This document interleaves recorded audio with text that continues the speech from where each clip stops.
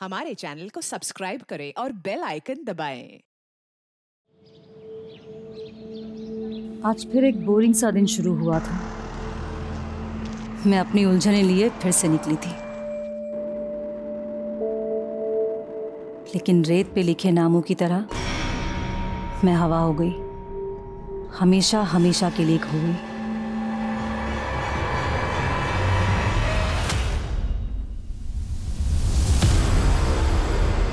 बस करो निशांत, कितने सिगरेट पियोगे? दिन ब दिन चेन स्मोकर बनते जा रहे हो। तुम मर जाने दो ना मुझे, वैसे भी कर्जे में डूबा हुआ हूं मैं। तुम्हें मेरी क्या पड़ी है? मुझे नहीं पड़ी निशांत, तुमने अपने गड्ढे ना खुद खोदे। मैंने तुमसे कहा था इंडिया में डिटेक्टिव का कोई फ्यूचर नहीं, तुम्हें कर्ज लेकर डिटेक्टिव एजेंसी खोलनी थी। देखो निशांत, अब भी वक्त है, जॉब कर लो। तुम भी कमाओगे, मैं भी कमाऊंगी, दोनों मिलकर। सीधे रास्ते से पैसा नहीं कमाया जा सकता। देखो, अगर ये फेक मर्डर प्लान एग्जीक्यूट हो गया ना, तो पॉलिसी का इतना सारा पैसा आएगा। बस करो निशांत, मुझे लगा कल तुम नशे में थे इसलिए कुछ भी बोल रहे थे, लेकिन नहीं, तुम्हारा माइंड क्रिमिनल। उजाली, मैं तुम्हारा किसी क्राइम में साथ नहीं देने वाली हूं। ठीक है, मत दो साथ मेरा। अगर बीवी साथ नहीं देगी तो रखा क्या है जिंदगी में?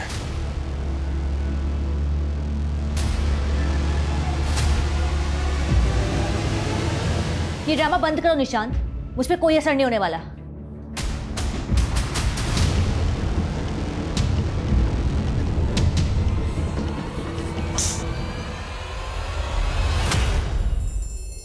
मैं वही हूं जो खो गई थी। न जाने कब से इस जहन्नुम में सिसक रही हूं। क्या कोई मेरा अपना मुझे ढूंढ रहा होगा, या मैं यूं ही इन अंधेरों में खो जाऊंगी?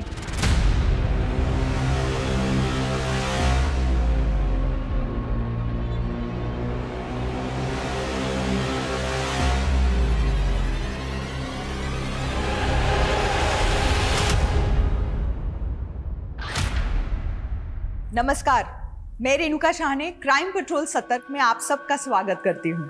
जिंदगी के जो रंग हैं वो रंग भी तभी दिखते हैं जब हम रोशनी में होते हैं। अंधेरों में तो हमें अपना साया भी नजर नहीं आता। ये घटना उन अंधेरों की है जो इंसानी सोच को गुनाह की काली पट्टी से ढक देती है। अच्छे विचारों के उजाले वहशी जुनूनियत से रौन दिए जाते हैं और हंसती खेलती जिंदगी खौफ से भर जाती है। ये वहशियत का ऐसा सिलसिला है जो गुजरते वक्त के साथ साथ एक विकराल रूप लेता जा रहा था, और गुनहगार ऐसे रूप में था जिसकी बुरी परछाई जिस पे भी पड़ती वो तबाह हो जाता, बर्बाद हो जाता।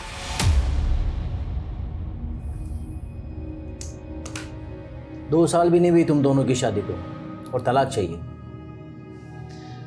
आई सजेस्ट आप लोगों को फिर से सोचना चाहिए। सर, मैंने उजाले को कई बार बोला है कि मैं रिहैब सेंटर जाने को भी तैयार हूँ। सिगरेट शराब सब कुछ छोड़ दूंगा, लेकिन ये मुझे मौका नहीं देना चाहती। लगता है ये मुझे तलाक देके किसी और से शादी करना चाहती है। सर, निशांत को झूठी कहानी बनाने की आदत है, और रही बात मौका देने की, तो मैं इसे खुराफाती दिमाग की असल मंशा ना बता के इसे मौका ही दे रही हूँ। खुराफाती? क्या खुराफाती और कैसी मंशा? से इट क्लियरली। सर एक्चुअली ये कहना चाहती है कि मैं क्रिमिनल की तरह सोचता हूँ। अब सर आप ही बताइए, मैं एक डिटेक्टिव हूँ, क्रिमिनल की तरह नहीं सोचूंगा तो होने वाले क्राइम को कैसे रोक पाऊंगा?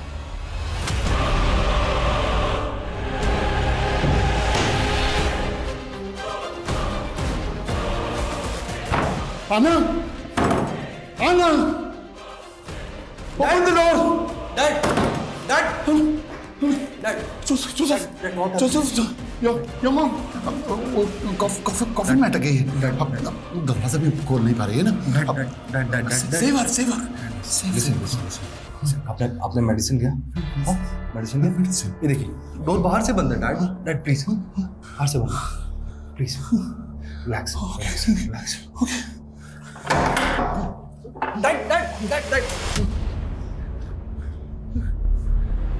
कॉफिन कहाँ है? और तुम्हारी मॉम? डैड, आई नो कि आप मॉम को बहुत मिस करते हैं, लेकिन डैड मॉम 4 साल पहले मर चुकी है। She is no more. We have cremated her in graveyard. She is in peace now.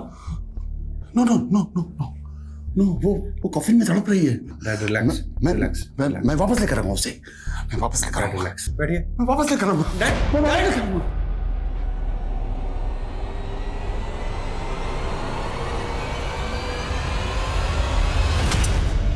Ruhi, क्या तोड़ा तूने? कितनी बार कहा तुझसे कि बाहर जाकर खेला कर, तो समझती क्यों नहीं है? अच्छा ठीक है, अब रो मत। अब अगर तू कुछ तोड़ेगी तो तुझे डांट नहीं सकते क्या? चल नहीं डांटती, रो मत अब। हाँ मम्मा कहाँ है? वो कब आएगी?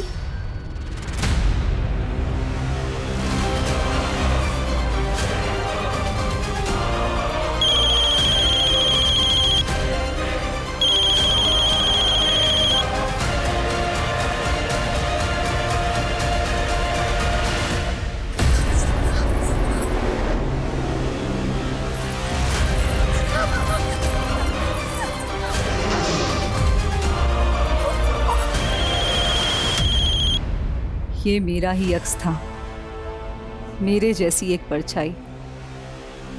इसके निशान दिख रहे थे, लेकिन मेरे निशान धुंधले पड़ चुके थे। भावना जी, एक दिन में 1000 पेड़ लगाने के बाद अब आपका अगला लक्ष्य क्या है? जी मैं तो उस दिन का इंतजार कर रही हूँ जिस दिन हमारे देश का हर एक नागरिक एक पेड़ लगाएगा, और तब हेडलाइंस होंगी, भारत में एक दिन में 1.5 अरब पेड़ लगवाए गए। वाह भावना जी, क्या खूब बात कही है आपने। Thank you. बहू, शादी से पहले भी तुम्हें अपने आप से बड़बड़ाने की बीमारी थी क्या? नहीं नहीं नहीं माँ जी, मैं तो एक इंटरव्यू की तैयारी कर रही थी। इंटरव्यू? कोई नौकरी मिलने वाली है क्या? अरे माँ, ये नौकरी का इंटरव्यू नहीं, भावना की उपलब्धि का इंटरव्यू होगा। आकाश, एक इम्पोर्टेंट कॉल है। हाँ प्लीज प्लीज। मैं अभी आती हूँ। हाय, हाउ आर यू?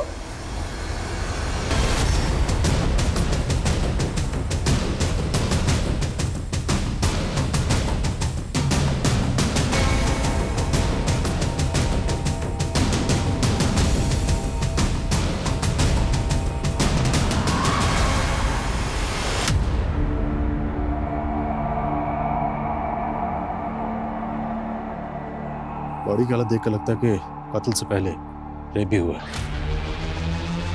आसपास चेक करो। यस सर, चेक करो, वहां पे कुछ मिलता है क्या?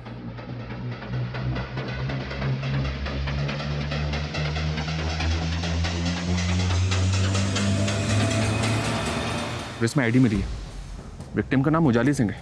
फैमिली से कांटेक्ट करो। Okay sir. मैंने सोचा नहीं था कि मेरी वाइफ इस तरह से सब कुछ खत्म कर देगी। अब ना प्यार रहा ना वफा। क्या उसका अफेयर था? खैर, मैं तुम्हारे साथ एक नई शुरुआत करना चाहता हूँ। पर निशान, मैं तो चाहती थी कि पहले हम एक दूसरे को समझें। एग्जैक्टली। शादी की कोई जल्दी नहीं है मुझे। वैसे भी दिल मिल गए तो शादी की क्या जरूरत है। अब आई मीन टू से कि एक इंपॉर्टेंट कॉल है। Thank you. हाँ साली साहिबा। उजाली दीदी कहाँ है?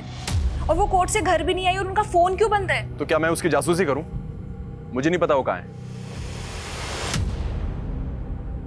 मैं बाद में बात करता हूं।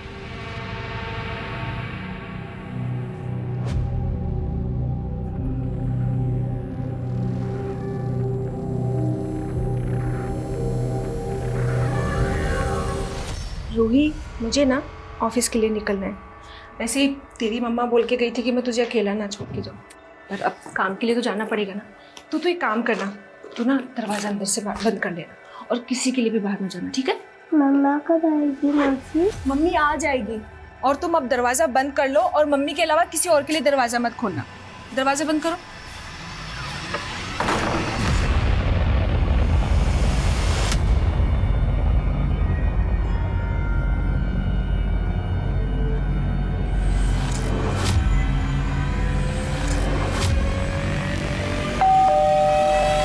दोस्तों, आज हम हमारी जिंदगी के स्पेशल रिश्तों के बारे में बात कर रहे हैं। जैसे मेरा स्पेशल रिश्ता मेरी बहन से है, वैसे ही आप मुझे कॉल करके बताइए कि आपकी जिंदगी का स्पेशल रिश्ता कौन सा है।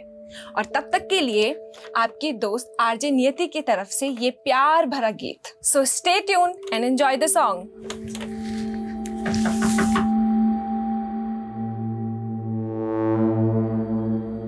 हाय नियति। Hi sir. कल से तुम्हारा ये शो हमें रिवाइव करना पड़ेगा। वेल, कल से मैं तुम्हें आफ्टरनून वाला स्लॉट दे रहा हूँ और ये प्राइम टाइम वाला स्लॉट जो सबके शो को। It's getting very popular day by day. But sir एक मौका तो दीजिए। Don't worry नियति, तुम अपना मॉरल डाउन मत करो। आफ्टरनून वाले स्लॉट में मेहनत करो। We continue. डैड मैं लेट हो रहा हूँ। मॉम कॉफिन के अंदर है वो, सफोकेशन है ना। चल अंदर चल। तो वहाँ जाना है ना। हाँ बैठिए बैठिए मैं रेडी। बैठ रिलैक्स ठीक है।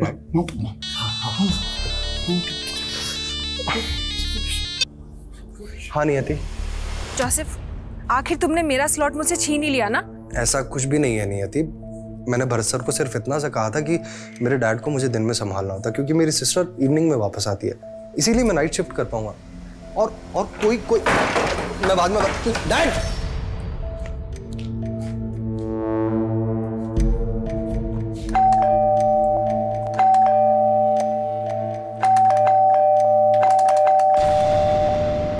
रूही, रूही, रूही,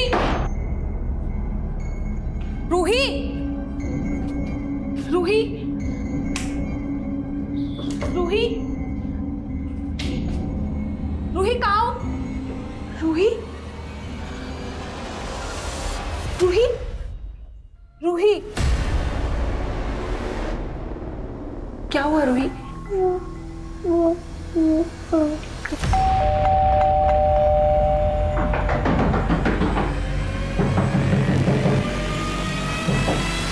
अंकल, कौन अंकल?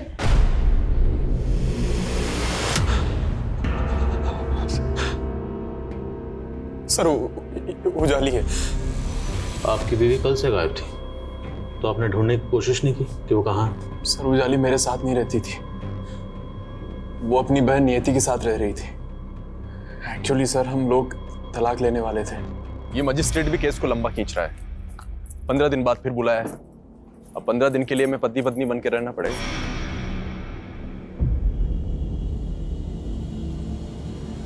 हाँ नवीन। सर नवीन सक्सेना एक बिल्डर है। कल उजाली उसी के पास गई थी और आज उसकी। तो आपको लगता है आपकी बीवी उजाली के साथ ये सब उस बिल्डर ने किया होगा? सर नवीन सक्सेना अच्छा आदमी नहीं है, लेकिन उजाली उसे अपना अच्छा दोस्त समझती थी। फिर उजाली की बहन नियति का मेरे पास फोन आया कि वो कल घर नहीं पहुंची। मैंने नवीन सक्सेना को कॉल किया कई बार, लेकिन उसने मेरा फोन नहीं उठाया। उसका कोई रिप्लाई नहीं आया सर।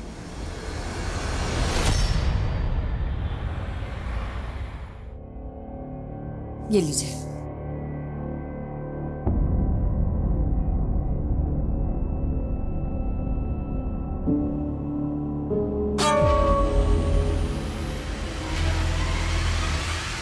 हाँ ठीक है, चलो अब मैं ना फ्रेश होके तुम्हें कॉल करती हूँ। ओके हाँ बाय।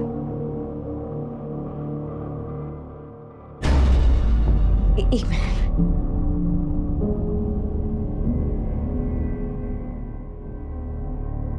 Thank you.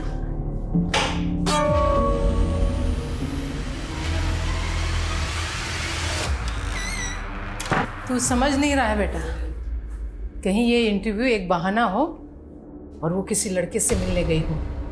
नहीं तो तुझे वो अपने साथ दिल्ली क्यों नहीं लेके गई? माँ, आपका ना दिमाग खराब हो गया है। अरे भावना ऐसी नहीं है।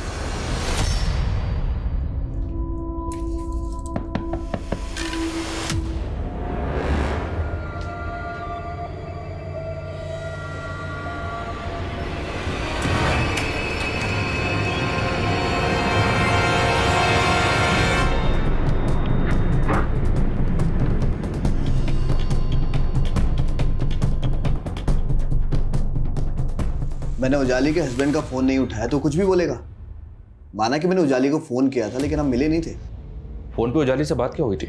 वो अपने क्लाइंट को मेरे टाउनशिप का घर दिखाने वाली थी। कौन सा क्लाइंट? ये तो मुझे पता नहीं है, शायद कोई नया क्लाइंट होगा। वो घर कहाँ है जहाँ उजाली जाने वाली थी? मोदी नगर। सर सुबह मैंने उजाली दीदी को कोर्ट जाते हुए देखा था।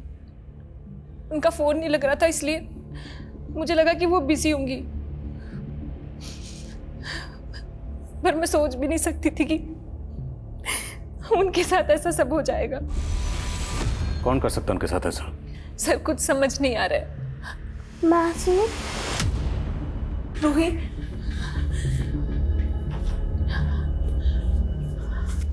मम्मा कहाँ है मौसी?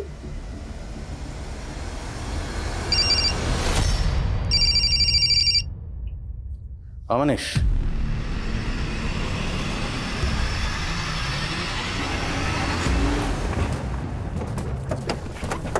सक्सेना ने बताया था कि उस दिन ओजाली अपने साथ एक क्लाइंट को लेकर यही घर दिखाने आई थी और उसकी लाश इस घर से तकरीबन आधा किलोमीटर दूर मिली थी।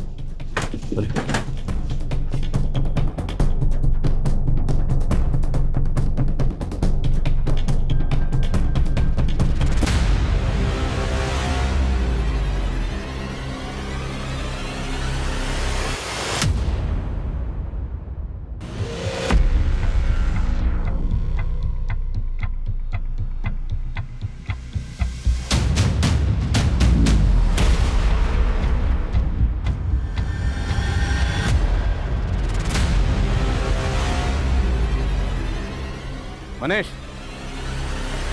सर, ये ड्रैगिंग मार्क्स उसी तरफ जा रहे हैं जहां में उजाली की लाश मिली, तो पूरे चांसेस हैं कि उजाली पर मर्डर यहीं हुआ हो। लेकिन सर, सक्सेना ने हमें ये नहीं बताया कि उजाली किस क्लाइंट के साथ यहाँ पे आई थी।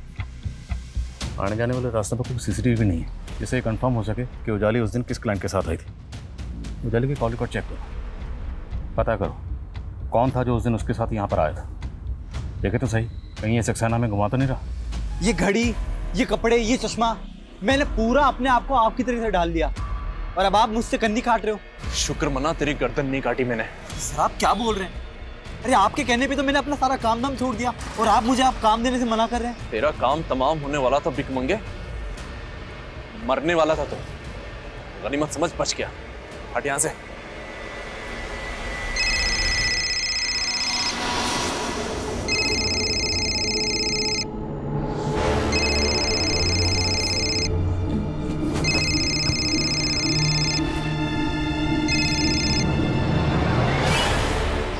हेलो। हेलो, हाँ भावना, कहाँ हो तुम? सुबह से शाम हो गई और अब जाकर तुम मेरा फोन उठा रही हो। शाम कुछ भी। हाँ हाँ शाम। अब तक तुम्हारा इंटरव्यू चल रहा है क्या? ओह गॉड, अरे हाँ, मुझे तो इंटरव्यू देने जाना है ना आज। और ये क्या शाम शाम बोल के मजाक कर रहे हो? मैं मजाक नहीं कर रहा हूँ भावना, शाम के 5 बज रहे हैं।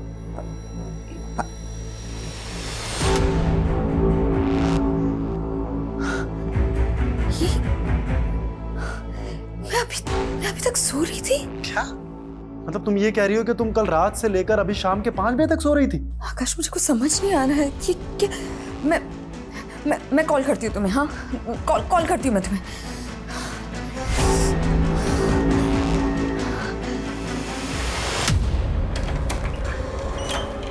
मैम पानी। हाँ रख दीजिए।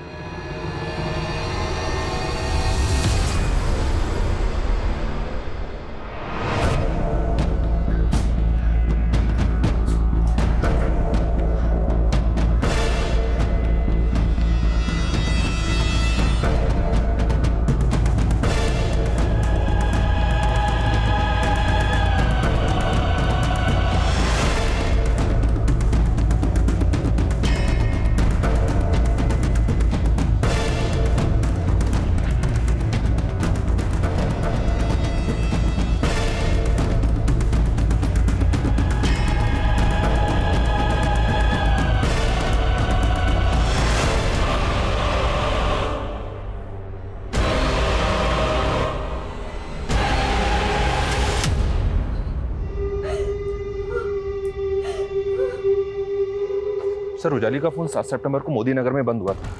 ये पीएम रिपोर्ट के मुताबिक उसी दिन उसका मर्डर भी हुआ, लेकिन उस दिन उसके सीडीआर में ऐसा कोई नंबर नहीं मिला है जो उसके किसी प्रॉपर्टी क्लाइंट का हो।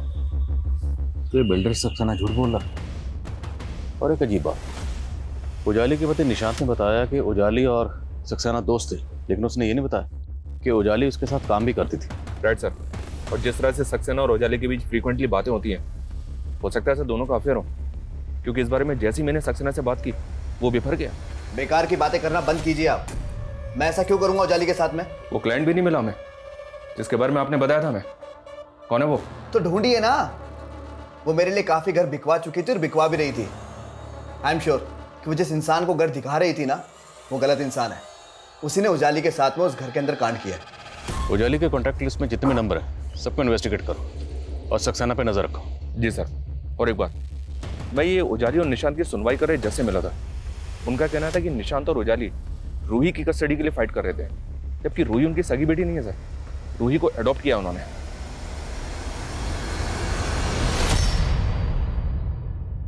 पापा, मेरी दोनों माँ मुझे छोड़ के चली गई। बी स्ट्रॉन्ग बेटा, मैं तुम्हें माँ की कमी कभी महसूस नहीं होने दूंगा। क्यों? फिर से शादी कर रहे हैं क्या आप? नियति छोटी बच्ची, इसके सामने सोच समझ के बोला करो। कहाँ लेकर जा रहे हैं आप इसे? अपने साथ लेके जा रहा हूँ। ये कहीं नहीं जाएगी। क्यों नहीं जा सकती? मेरी बेटी है ये। आप ना ये ड्रामा बंद कीजिए और आप निकलिए यहाँ से। और भी सर, ये मेरी पत्नी भावना है। ये 3 सितंबर को दिल्ली आई थी। 4 सितंबर को इसका इंटरव्यू था। कैसा इंटरव्यू? सर ये नहीं पता, क्योंकि जिस होटल में वो ठहरी थी वहां उसके साथ। आपकी बीवी के साथ? किसने किया? सर उसने फोन पे बताया था कि किसी होटल वाले ने उसके साथ। नहीं आकाश, मैं नहीं छोड़ूंगी, नहीं छोड़ूंगी मैं पुलिस के पास जा रही हूँ। नहीं, मेरी बात सुनो भावना, तुम वहां अकेली हो। अरे वहां किसी ने कुछ तुम्हारे साथ। नहीं भावना, मेरी बात सुनो, तुम एक काम करो, फटाफट वहां से चेकआउट करके जयपुर आ जाओ। लेकिन सर वो लौट कर आई ही नहीं। सर मुझे तो लगता है कि किसी होटल वाले ने उसके साथ। सर मैं मानता हूं कि मैं और उजाली रूही की कस्टडी के लिए कोर्ट में केस लड़ रहे थे, लेकिन क्या? बोलो। अब इस लेकिन का जवाब तुम्हें देना है कि तुम्हारी बीवी उजाली तो इस दुनिया में रही नहीं। शादी को महज 2 साल हुए थे। 10 साल की बच्ची को अडॉप्ट किया। कहाँ से अडॉप्ट किया? सर वो हमारी कॉमन फ्रेंड थी, नगमा। रूही उसी की बेटी है, बचपन से जानते हैं उसे। हाथी राजा कहाँ चले, सूंड हिलाकर कहाँ चले, मेरे घर भी आओ ना, हलवा पूरी खाओ ना। सर एक्चुअली नगमा ने अपने बॉयफ्रेंड से धोखा खाया था। उसने बिना शादी के रूही को जन्म दिया, फिर अचानक से वो 1 साल पहले गायब हो गई थी। हम दोस्तों ने जाकर कलानगर थाने में मिसिंग कंप्लेंट भी लिखवाई थी।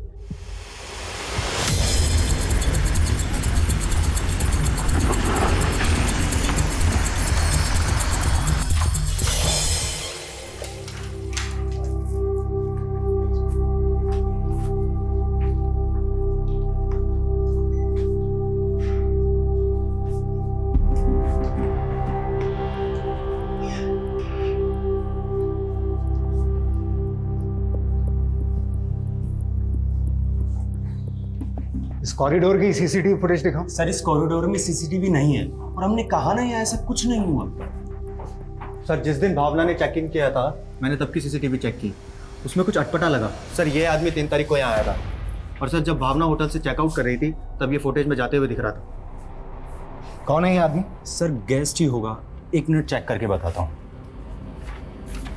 मैं नगमा मिसिंग केस की फुल स्टडी कर रहा था। नगमा 1 साल पहले गायब हुई और नगमा का फ़ोन भी मोदी नगर वाले हाईवे के पास ही बंद हुआ और वहाँ के एक सीसीटीवी में नगमा आखिरी बार एक सफ़ेद कार में जाते हुए दिखी थी और उसके बाद नगमा कभी नहीं मिली। नगमा मिसिंग केस का प्राइम सस्पेक्ट था उसका बॉयफ्रेंड सागर। सागर ने पूछताछ में कबूल किया था कि रूही उसी की बेटी है और उसने कोर्ट से उसकी कस्टडी की डिमांड भी की थी। इस नगमा मिसिंग केस और रूही की कस्टडी में कई ऐसे राज दफन हैं, इनका सामने आना ज़रूरी है। मेरी बेटी ही मेरी जिंदगी थी और मेरे बिना उसका कोई नहीं था। रूही के लिए मैं कुछ भी कर सकती थी और उसी के लिए मैं ये खतरा मोल लेने जा रही थी।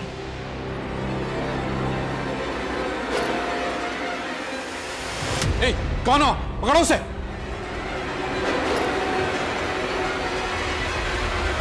सर नगमा को लेकर मैं पहले भी साफ कह चुका हूं कि वो सिर्फ एक काला अतीत थी मेरा, एक ऐसा अतीत शायद मरते दम तक मेरा पीछा नहीं छोड़ेगा। नहीं छोड़ेगा, कभी नहीं छोड़ेगा, क्योंकि हर गुनहगार को उसका गुनाह ऐसे के चोटता है। सर मैंने कोई गुनाह नहीं किया है, सिर्फ एक भूल हुई थी मुझसे, प्यार करने की भूल। तो वो प्यार नहीं हवस थी। अगर शादी नहीं करनी थी तो करीब क्यों आए मेरे? मना नहीं किया मैंने शादी के लिए, लेकिन बस आज और अभी की जिद मत करो। प्लीज अबॉर्शन करवा लो। तुम्हारी आत्मा मर सकती है, मेरी नहीं। मैं अपने बच्चे को कभी नहीं पालूंगी, कभी नहीं। नगमा के गायब होने के बाद मैं तो रूही को अपनाना चाहता था। ढोंग कर रहा था, या फिर क्योंकि रूही को उजाली ने अपना लिया था तुझे उजाली से भी नफरत हो गई, वही नफरत निकाली तूने? नहीं सर, ऐसा बिल्कुल नहीं है, मेरा यकीन कीजिए। सच कुछ और है। क्या है सच? दरअसल उजाली ने रूही को हासिल करने के लिए मुझे एक पुलिस वाले से धमकी दिलवाई थी। उजाली से उलझने की कोशिश मत कर सागर। कौन बोल रहा है? पुलिस वाला बोल रहा हूँ। और रूही की कस्टडी उजाली को ले लेने दे, नहीं तो नगमा मर्डर केस में मैं तुझे कातिल साबित कर दूंगा। सर सबके लिए नगमा तब मिसिंग थी, लेकिन उस पुलिस वाले ने मुझे कहा था कि नगमा का मर्डर हुआ है। मेरी बात पर कोई भरोसा ही नहीं कर रहा था।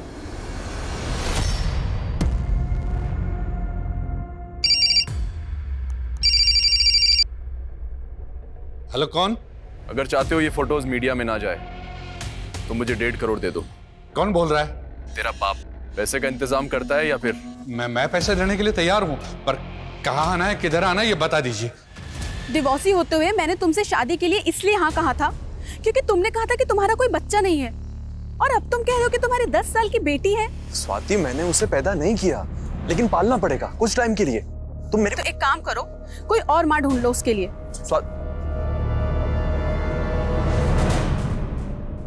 ले पानी पी।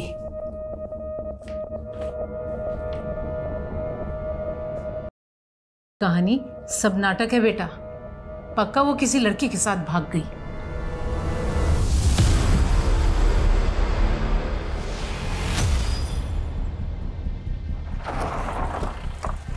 जैन सर, ये उसी लेडी की लाश है जिसके पति का कहना था कि उसकी पत्नी होटल में हुआ है, और होटल भी पास में ही है सर।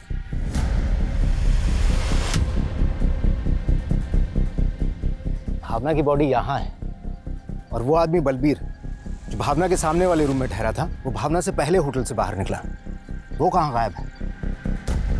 एक काम करो, आसपास अच्छी तरीके से सर्च करो, देखो कुछ मिलता है क्या। Okay sir. अरे आइए ना सर, ये नियति की पड़ोसी है, और इनका कहना है कि एक आदमी अक्सर नियति से यहाँ लड़ाई किया करता था। कौन था वो आदमी? सर मैं उस आदमी को तो नहीं जानती, लेकिन वो शक्ल से गुंडा लगता था सर।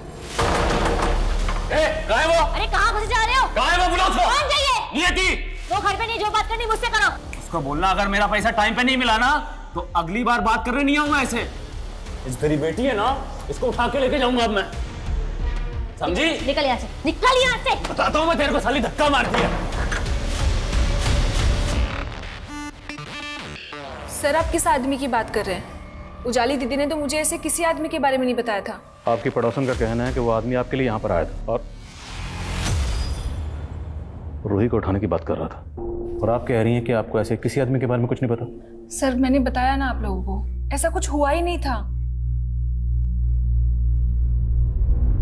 तुम्हारा कहना है कि तुम्हारी बीवी ने कॉल करके तुमको बताया था कि उसके साथ हुआ था, लेकिन पोस्टमार्टम रिपोर्ट में ये कंफर्म नहीं हुआ है कि उसके साथ जैसा कुछ हुआ होगा। क्या बात कर रहे हैं सर? भला भावना मुझसे क्यों झूठ बोलेगी? उसने तो तुमको ये भी नहीं बताया था कि वो कहाँ पर इंटरव्यू देने वाली है। कहीं ऐसा तो नहीं है कि तुम हमसे कुछ छुपा रहे हो? सर मैं आपसे सच कह रहा हूँ, मैंने आपसे कुछ नहीं छुपाया है। सुंदर, ये डिटेक्टिव निशान किसी सुंदर की जासूसी कर रहा है? जी सर, हमारे ऐसा ही अमर ने निशांत को एक मंदिर के बाहर एक फूल वाले से सुंदर के बारे में पता करते हुए देखा था। फिर मैंने सुंदर के बारे में पता किया सर, ये सुंदर उसी मंदिर के बाहर पहले भीख मांगा करता था। फिर अचानक से इसका हुलिया बदल गया। आसपास के लोग भी इस बात से हैरान है कि इसके पास अचानक से इतना पैसा कहां से आ गया, और अब ये सुंदर गायब है। पता करो इस सुंदर के गायब होने के पीछे की कहानी क्या है, और निशांत उसे क्यों ढूंढ रहा है। कितनी बार कॉल कर चुका हूं आपको, आप बस मुझे घुमाए जा रहे हो। अब तो मेरी वाइफ का डेथ सर्टिफिकेट भी मिल गया ना, फिर अभी तक पैसा क्यों नहीं मिला पॉलिसी का? आपको तो याद नहीं आया होगा कि वो आदमी कौन था, इसलिए थोड़ी मेहनत हमने की। आपकी पड़ोसन से उस आदमी का स्केच बनवाया, तो स्केच बनने के बाद समझ में आया कि यह आदमी जावेद है, और इस जावेद का फ़ोन नंबर आपके कॉल रिकॉर्ड्स में लगातार नजर आता है। अभी कुछ याद आया आपको? हाँ सर याद आया। सर ये आदमी मुझे नगमा के गायब होने के बाद मिला था, और इसे नगमा से काफ़ी पैसे चाहिए थे। सर ये उसके बाद से मुझे परेशान करने लगा था। याद आ गया ना? तो ये भी याद आ गया होगा कि एक पेंडर है और रूही को उठाने की धमकी दे रहा था। क्या छुपा रही हो? सर मैंने बताया ना, मैं आपसे कुछ नहीं छुपा रही हूँ।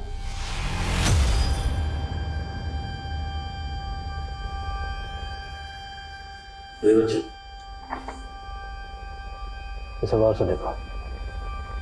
क्या ये वही है जिसे आपने अपनी मम्मी नगमा के साथ देखा था?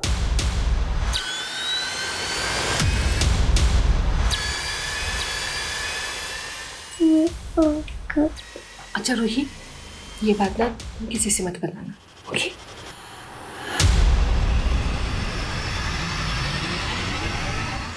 सर नियति कह रही थी कि नगमा को जावेद के पैसे देने थे, लेकिन नगमा मिसिंग केस में जावेद का नाम तो कहीं भी नहीं आया।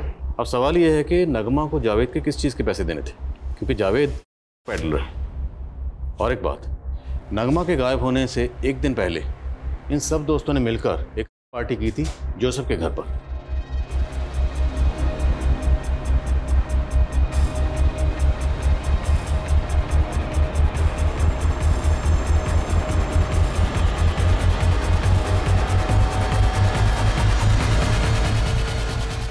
तो हो सकता है जावेद इन सब को अप्लाई करता हो। इनके ग्रुप के बाकी लोगों से पूछताछ करते हैं। देखिए सर, आपको कुछ गलतफहमी हुई है, नहीं लेता। अच्छा, लेकिन हमने तो सुना है कि पहले आप और आपके दोस्त नियति, नगमा, उजाली, निशान, जोसेफ ये सब मिलकर पार्टीज किया करते थे। हाँ, हम गेट टुगेदर करते थे, लेकिन हमने नहीं ली। अगर तुम लोग पार्टी नहीं लेते थे तो जावेद जो कि पेडलर है वो नियति और उजाली के टच में क्यों था? सर हम लोग नहीं लिया करते थे। वो दरअसल नगमा काफ़ी दिनों से स्ट्रेस में थी तो उसने लेना शुरू कर दिया था, लेकिन सर हम लोगों ने उसे समझाया और उसने लेना छोड़ दिया था सर। अगर आप लोगों ने कहाँ जा रहे हैं? लेट मी गो। सॉरी सर, मेरे डैड नॉर्मल नहीं है। ही always behaves like a kid. Shut up, I am not a kid, I am your father. I am sorry. और सर सागर ने बताया था कि उजाली के कहने पर किसी पुलिस वाले ने उसे धमकी दी थी, लेकिन उजाली के कांटेक्ट में से ना तो किसी पुलिस वाले का नंबर मिला और ना ही किसी क्लाइंट का। तो फिर सागर ने कम है? सर निशांत के सीडीआर में एक फेक आईडी का नंबर मिला है। बोलो, सोच क्या रहे हो? इस फेक आईडी के नंबर से तुझे कौन कॉल करता था? सर ये सुंदर का नंबर है। तो भिखारी सुंदर जिसे तू डिटेक्टिव सुंदर बनाना चाहता था? सर वो सिरफिरा आदमी है, जबरदस्ती मेरे चेप हो रहा था कि मेरा असिस्टेंट बनना है उसे। सब चेक किया हमने। जिस तरह के कपड़े तू पहनता है बिल्कुल वैसे वैसे कपड़े वो पहनता था। सर मैंने इसे ये हुलिया नहीं दिया था, ये सब उजाले की करतूत थी। कैसी करतूत? सर एक्चुअली वो मेरा फेक मर्डर प्लान कर रही थी। अगर ये फेक मर्डर प्लान एग्जीक्यूट हो गया ना तो पॉलिसी का इतना सारा पैसा आएगा। बस करो निशान, मुझे लगा कल तुम नशे में थे इसलिए कुछ भी बोल रहे थे, लेकिन नहीं, तुम्हारा तो माइंड ही क्रिमिनल है। उजाली, मैं तुम्हारा किसी क्राइम में साथ नहीं देने वाली। सर वो मेरी जगह सुंदर को मार के मुझे गायब करना चाहती थी ताकि पॉलिसीज का सारा पैसा उसको मिल जाए। मैंने सर उसे मना भी किया कि ये ठीक नहीं। उसे मना किया क्योंकि तूने खुद प्लान कर रखा था। अब तेरा किया धरा सामने ना आए इसलिए तूने उसका रियल मर्डर प्लान किया, और उजाली के नाम पे जितनी पॉलिसी थी वो सब तुझे मिल चुका है। नहीं सर ये सच नहीं है। सर मुझे तो उल्टा उस सुंदर पर शक है। उसको इस प्लान का पता चल गया होगा, उसी ने उजाली को मारा होगा सर, और इसीलिए मैं उसे ढूंढ रहा हूँ। प्राइवेट डिटेक्टिव निशांत ये कह रहा था उसने अपना फेक मर्डर प्लान किया था जिसमें सुंदर उसका मोहरा था, लेकिन वो मोहरा अब कहाँ गायब था? और उजाली, वो किसका मोहरा बनी? उजाली मर्डर के पीछे आखिर क्रिमिनल की क्या खुराफात छिपी थी? और नगमा पिछले 6 महीनों से कहाँ गायब थी? वहीं दूसरी ओर भावना मर्डर केस भी अजीब सी पहेलियों और रहस्यों से भरता जा रहा था। तुम बोल रहे थे कि तुम बलबीर को नहीं जानते, जबकि वो तुम्हारे गांव का रहने वाला है। और सरिता जी, आपके सीडीआर में भी बलबीर का नंबर मिला है। सर मैंने कुछ नहीं किया, जो भी किया है माँ ने किया है, माँ की गलती। सर वो अपने पति को लिए बगैर दिल्ली चली गई और मुझे पूरा शक था उस पर। वो मेरे बेटे को धोखा दे रही थी, पर मेरा बेटा है कि किसी की सुनता ही नहीं। इसीलिए मैंने बलबीर को उसके पीछे लगाया था, उस पर नजर रखने के लिए। और उसने मुझे बताया भी था, भावना के कमरे से एक लड़का भागा था। कौन लड़का? मालूम नहीं, लेकिन जब भावना ने आकाश को बताया कि उसके साथ वो थाने जाएगी तो ये बात मैंने बलबीर को बता दी थी, और वो डर के भाग गया। डर के भाग गया या भावना को मार के भाग गया? सर हमें नहीं मालूम, हम सच कह रहे हैं। सर ना अभी तक सुंदर की कोई लीड है और ना ही जावेद की। तो कर क्या रहे हो? ढूंढो दोनों को। जी सर, ठीक है। सर जिस फेक आईडी के नंबर से निशांत को फोन आता था उसका IMEI नंबर ट्रेस किया, वो फोन नगमा का है। तो निशांत को उस नंबर से नगमा कॉल करती थी।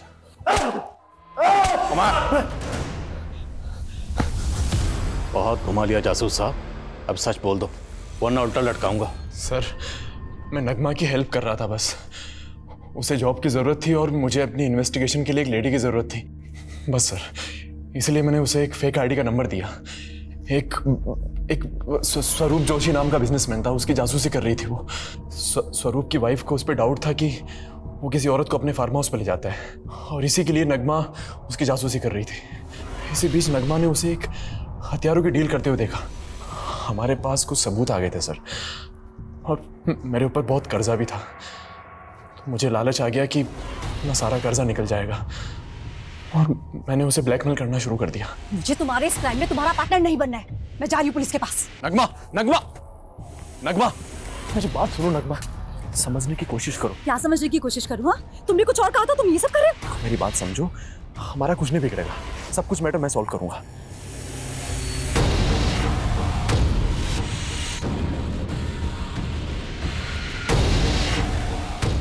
और सर मैंने किसी तरह से नगमा को समझा लिया था। समझा लिया या नगमा को गायब कर दिया? और जब उजाली को इसके बारे में पता चला तो उसे भी? नहीं सर मैंने ऐसा नहीं किया सर। नगमा को स्वरूप ने गायब किया होगा, मुझे उस पर डाउट था, लेकिन अगर मैं कलानगर थाने जाकर ये बताता तो वो लोग मुझ पे डाउट करते बस सर। लेकिन मैं यकीन के साथ कह सकता हूँ कि स्वरूप ने ही नगमा को गायब करवाया था और उजाली को उस सुंदर ने मारा है सर। ये बिल्डर नवीन सक्सेना भावना नाम की एक लड़की के रेप और मर्डर केस में दिल्ली पुलिस के रेडार में भी आया। भावना का मर्डर हुआ 5 सितंबर को और उजाली का 7 सितंबर को। तो भावना का सक्सेना और उजाली से क्या ताल्लुक? सर उजाली सक्सेना की जिस टाउनशिप के घर बिकवा रही थी, वो टाउनशिप कई सारे पेड़ों को काट के बचाई गई थी। भावना ग्रीन इंडिया मूवमेंट से जुड़ी थी। भावना ने सक्सेना के ऊपर केस भी किया था। सर माना कि भावना ने मेरे खिलाफ कंप्लेन की थी, लेकिन सर मैंने ऐसा कुछ नहीं किया, मैं उसे क्यों मारूंगा? भावना को 3 सितंबर को दिल्ली आने का इनविटेशन भेजा गया था और जिस ईमेल के जरिए वो इनविटेशन भेजा गया, वो ईमेल तुम्हारे ऑफिशियल डोमेन से क्रिएट की गई थी। सर भावना को दिल्ली बुलाने का आइडिया उजाली का ही था। नवीन, मैंने भावना से सेटलमेंट की ट्रिक निकाल ली है। उस सोशल वर्कर को फेमस होने का बहुत शौक है। मैंने उसे गोली दी है कि मैं उसके सोशल वर्क को ग्लैमराइज कर दूंगी, रेडियो पे उसका एक इंटरव्यू करवा दूंगी। इसके बदले वो केस वापस ले लेगी और हमारे टाउनशिप पे घर बिकने शुरू। ये सब कुछ सर उजाली अरेंज कर रही थी, लेकिन सर मुझे ये अंदाज़ा ज़रूर हो गया था कि जो भावना का जो रेडियो पे जो इंटरव्यू का प्रोग्राम था ना, ये उजाली की बहन नियति ने अरेंज करवाया होगा। सर ना ही तो मैं किसी भावना को जानती हूँ, ना ही मैं किसी लड़की का अपने शो पर इंटरव्यू लेने वाली थी।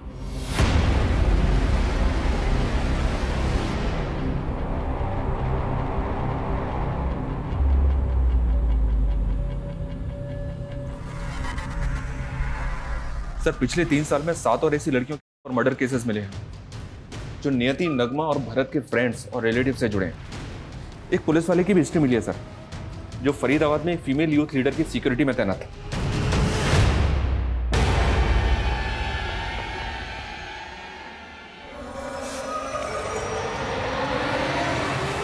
घाट घाट का पानी पिया तूने जोसेफ। रेडियो जॉकी से पहले पुलिस का एग्जाम पास किया और उससे पहले होटल में जॉब, और उसी होटल में तुमने 3 सितंबर को भावना को बुलाया था और रूम नंबर 303 के बलबीर सिंह ने तुझे वहां आइडेंटिफाई किया। मार लो और मार लो। मेरी मॉम भी मुझे ऐसे ही मारा करती थी, क्योंकि 16 की उम्र में मैंने सिगरेट पीना शुरू कर दिया था और 22 का होते खरीदने के लिए मैंने अपनी मॉम का सोने का नेकलेस बेच दिया और वो मार मुझसे सहन नहीं हो पाई। और फिर मैंने क्या किया पता है? मैंने अपनी मॉम को जिंदा ही कॉफिन में बंद कर दिया। मेरे डैड थे, उनकी बात पे किसी ने बिलीव ही नहीं किया। सबको ये लगने लगा कि मेरे पागल बाप की वजह से मेरी मॉम हम सब लोगों को छोड़कर चली गई। और फिर नशे के लिए मैंने ऑड जॉब्स करना शुरू किया, पुलिस एग्जाम क्लियर किया और एसआई बन गया। नशे की लत मुझसे छूट नहीं पा रही थी और कोई ऐसी लड़की भी तो नहीं मिली ना जिसके साथ मैं सेटल होके शादी करके अपना घर बसा सकूं। मैं जब भी नशा करता था ना तो मैं सेक्स के लिए पागल हो जाता था। और 3 साल पहले मैंने ड्यूटी पर भी नशा कर लिया।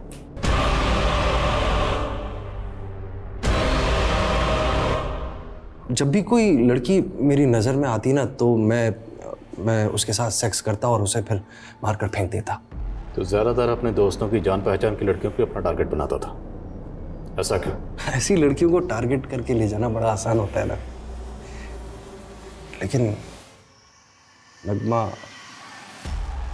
नगमा से मैं बहुत प्यार करता था, उसके साथ शादी करना चाहता था, लेकिन उसने मेरा प्रपोजल रिफ्यूज कर दिया। फिर मैंने उसे नौकरी दिलाने के बहाने बुलाया और 4 दिन नगमा के साथ खूब मजे किए और फिर उसे मारकर गाड़ दिया। उजाली को भी मैं बहुत पसंद करता था और रूही की कस्टडी दिलवाने के लिए मैंने सागर को धमकी भी दी थी। उजाली बहुत इंप्रेस हो गई थी मुझसे, लेकिन जब तक मैं उस पर हाथ मारता उसी बीच उसने मुझसे कहा कि भावना को एक फेक कमिटमेंट दे दो कि तुम रेडियो में उसका एक इंटरव्यू करवाओगे।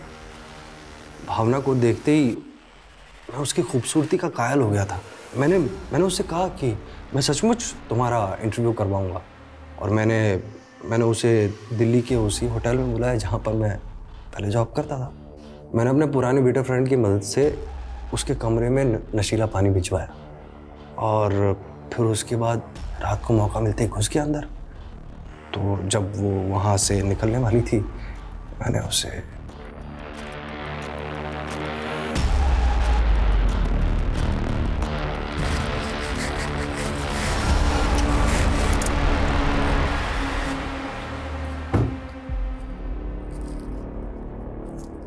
यूसुफ ये कहाँ ले आए? तुमने तो कहा था कि भावना के गायब होने के बाद उजाली सवाल करने लगी थी। मैंने उससे कहा मिलकर बात करते हैं। मैंने उसे मोदी नगर वाले पुराने घर पर बुलाया, लेकिन वो तो मुझ पर शक करने लग गई। फिर क्या था, मैंने उजाली के साथ भी अपने मंसूबे पूरे कर लिए।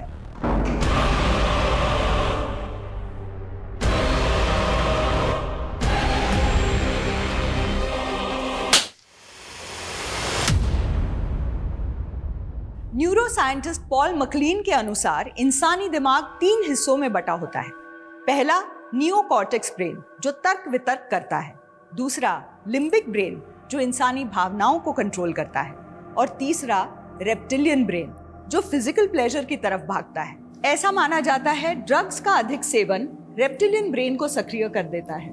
फिर नियोकॉर्टेक्स और लिम्बिक ब्रेन रेप्टिलियन ब्रेन के इशारे पे चलते हैं। इंसान के जज्बात, तर्क वितर्क, सोचने समझने की शक्ति क्षीण हो जाती है और वो हैवान जैसा बर्ताव करने लगता है। जोसेफ इसका जीता जागता उदाहरण है। उसके आसपास रहने वाले लोगों ने कभी कल्पना भी नहीं की थी कि उसके अंदर ऐसा वहशी छिपा था जो 3 सालों में 10 मासूम महिलाओं की जिंदगी निगल गया।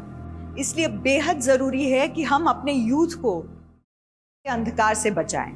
डार्कनेस, डिस्ट्रक्शन, डेवस्टेशन यही अंजाम देते हैं। इसी चेतावनी के साथ अब मैं रेणुका शाह ने आपसे विदा लेती हूँ। हम फिर मिलेंगे ऐसी एक कहानी के साथ जो रखेगी आपको सतर्क और जिंदगी को सुरक्षित।